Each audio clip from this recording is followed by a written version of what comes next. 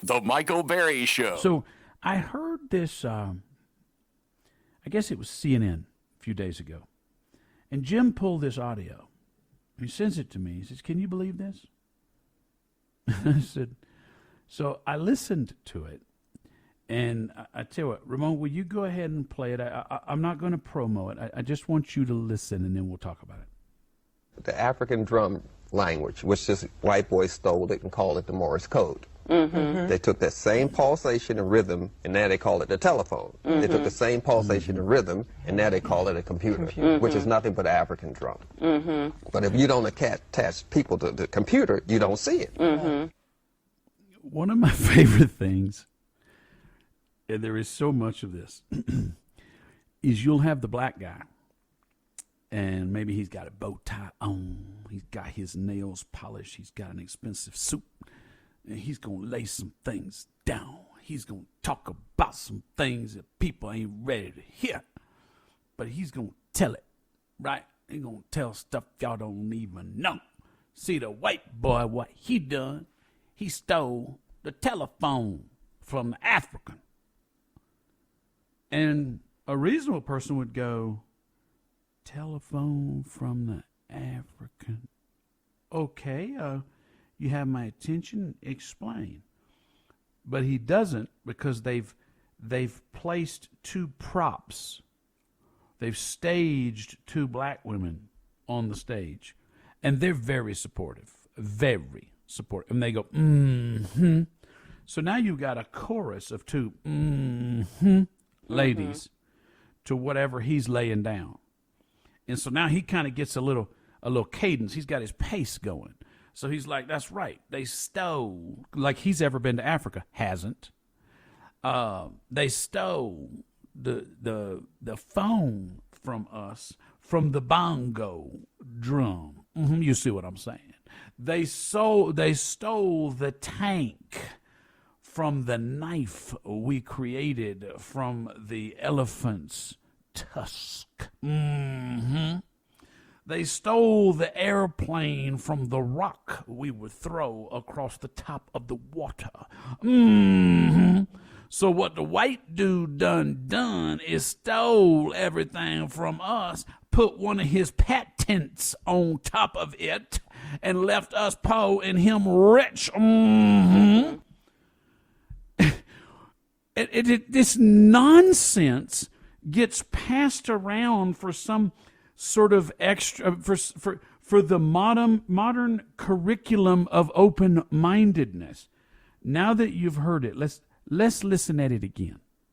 The African drum language, which just white boys stole it and called it the Morse code. Okay, stop. They took that same. Play that one more time and be ready to stop. We're going to stop. We got to break this down. The African drum language, which just white boys stole it and called it the Morse code. Okay, stop.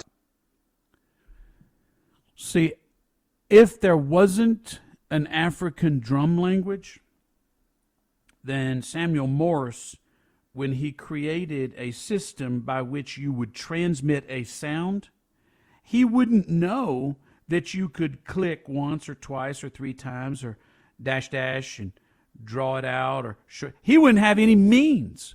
He wouldn't even understand sound. He would just sit there and look at it, and he would say, if only I understood sound, if only there was some way I could make a clicking racket with metal on metal attached to the wire using transmission, but he couldn't. He couldn't. And then, like Livingston, he had to go to Africa, and he had an epiphany. Oh, wait, they're banging on the bongos. Wait a second. I've got the transmission mechanism. I just couldn't figure out how to transmit anything. I'm sitting in my office going, but there was no way to transmit my exhale. And then I'm like, but that wouldn't go through. But if you were to use a percussive effect and you were to slap it metal on metal, I could attach that to the wire and it would go through and they would hear that as a sound just like the bongo in Africa, and it would communicate, and we could create a language just as they did on the, oh, well, they didn't have a language from bongo, but still, their sound, I owe that to the African. Okay, next. They took that same pulsation and rhythm, and now they call it the telephone. They took the same pulsation and rhythm, and now they call it a computer, which is nothing but an African drum. Yeah. But if you don't attach people to the computer, you don't see it. Yeah, you don't see it. See, if you're not just sitting around telling black folk, y'all done invented everything, and white people done stole it. See, we was banging on the bongo, and they over there, doing whatever they doing, stealing land from the Indians and their corn and stuff. And they don't know, they don't know what they doing. And we over here, trying to show them what the computer could do, CD-ROM and 256 and then 512 and things. And they ain't knowing nothing, them white people. They ain't nothing. They done stole gunpowder from the Chinaman. And so we over here, we on the bongo, and they like, oh, that bongo pretty good. You know what I'm about to do? I'm about to use Linux as my programming language. And we stuck over here with no shoes on, looking for running water, and they got the computer, and we like, that's my computer, mother. And so I'm going, well, that ain't right.